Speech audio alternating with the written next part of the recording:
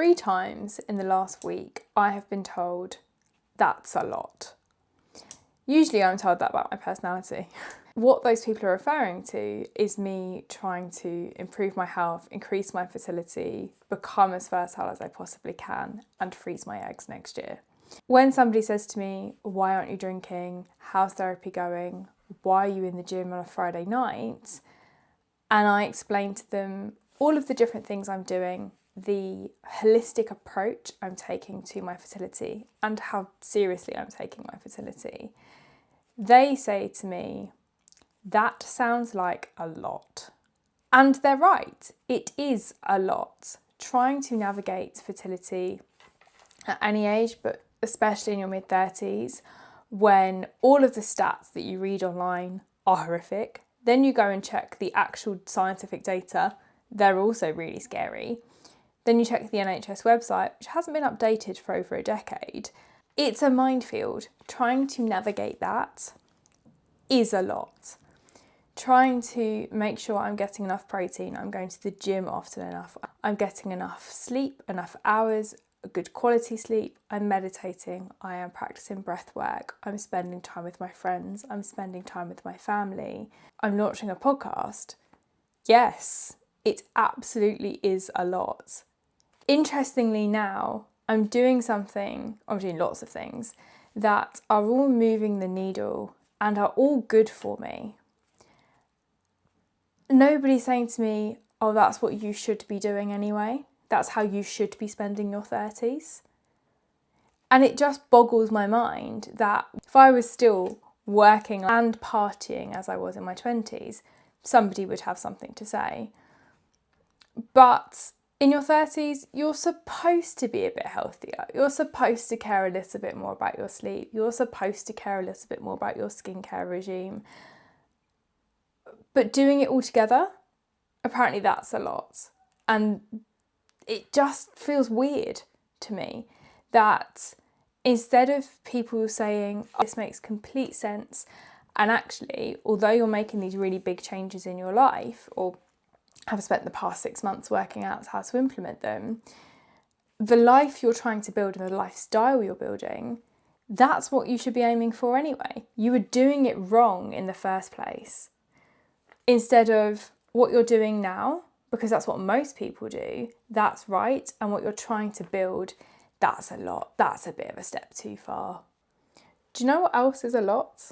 Shit sleep, not eating nutritious food, working all hours during the day, partying all night, not doing anything for my mental health, surviving on 4 or 5 hours of sleep, and then doing it all again the next week. Nobody commented then on that's been too much.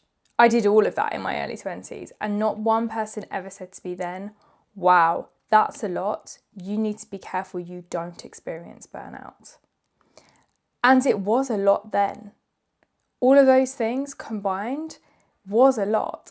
I could have really done with somebody saying to me, this is a lot, you need to be careful you do not experience burnout. My body was screaming at me from the inside, this is too much, you need to slow down.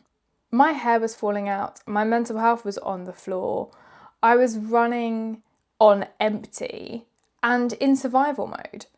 And I still wasn't told, that's a lot. Maybe you're partying a bit too much. Maybe you need a few nights indoors. Would I change the amount of partying I did in my 20s? Absolutely not. I had the best time, and I'm so grateful for all of the experiences I had, the memories I have. I would not change it for the world. I'm not saying that I shouldn't have done those things. I find it interesting that living that type of lifestyle that is not helpful towards my health in any way, did have negative consequence on my mental health, wasn't picked up on or wasn't mentioned as okay, maybe we should adjust, or maybe we should just course correct slightly so that you don't burn out, so that your mental health isn't on the floor, so that you're not in survival mode, so that you are maybe eating a little bit more of a nutritious diet and you are drinking just a little bit less, and your body isn't screaming at you from the inside out that you are very, very unhealthy and you're about to become sick. increasing my fertility is a lot. Having a baby is also a lot. Having a baby or going through fertility treatment when my body is not the best it could possibly be would also be a lot. Now I'm 6-ish months in, most of what I've just listed there doesn't feel like a lot to me. When I list it out, okay, yeah, it's a little extreme. But now it's so deeply ingrained in my routine, I don't really notice it anymore. If I were to change my lifestyle overnight, wake up tomorrow morning and go back to the lifestyle that I had in my early 20s, the overworking, the overdrinking, no nutrition, not enough water, mental health bottoms out completely, living in survival mode, not really having any confidence, relying heavily on alcohol, I would hope somebody would pull me aside and say to me, that is a lot. That is not what you should be doing right now. Here is how I can help you. I have found the most fun in what I do because I love the process. I'm in love with the process of becoming, not the end result. Don't get me wrong, the end result is very, very important. Even if I don't get the results that I'm hoping for with my egg retrieval, I'm still happier. I'm still healthier. If 20-year-old me could see me now, they would think I had the most boring lifestyle on the planet. And the truth is, I do. I have a strict routine. I live my life by a schedule. I have to, otherwise everything goes out the window and it turns into complete chaos. But they would think that's boring, and I really hope that when I am 10, 15 years older, that is not what my life looks like. Spoiler alert, it is, and you love it. That for me is the key. I love what I'm doing. So although when I list it out, yes, it feels like a lot and it seems like a lot, I have worked so hard over the past 6 months to ingrain these habits and these lifestyle changes into my daily practice that it doesn't really feel that hard anymore. It doesn't feel like a lot. It does come with sacrifice. I haven't been drinking. I don't go out and socialise as much as I used to. I have a strict bedtime routine. I don't doom scroll on my phone anymore, and my phone is very rarely in the bedroom. I work very hard to get it out of the bedroom and sleep in the bedroom with no tech, unless it's podcast launch week when I go to sleep with 2 laptops and a phone. Is it a lot to maintain and improve my health now and increase my fertility, making sure that I've got the best possible home to create eggs in, and I'm fit and healthy for my egg retrieval? Or is it a lot to not do any of that, go through the process, not get the results that I want because I haven't been optimizing my health in every possible way, and then be disappointed and upset at the end of that process? It doesn't make sense to me. I know that I do everything. I'm all in. It doesn't really matter what the challenge is. If I'm doing something, I'm doing it. So this is me taking that holistic approach, that all-in view, and saying, okay, what areas of my life do I need to look at and improve to improve my fertility? Everything goes back to improving my fertility.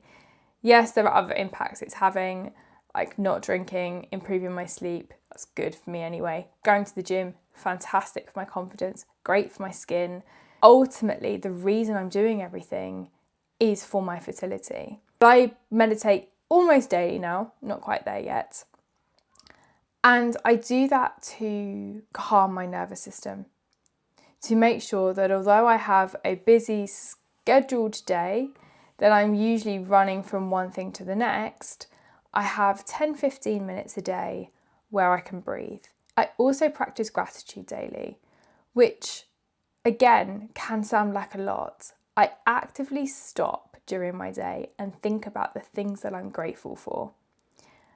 And when you consciously practice that, some days there are an abundance of things to be grateful for, and they come very naturally and very quickly. Other days that are hard, days that are a slog, that are testing, sometimes it can be really hard to reach in and find the thing to be grateful for. What I found is the more I do this, the more I practice this, and I've been doing this every day since the beginning of the year, the easier it becomes.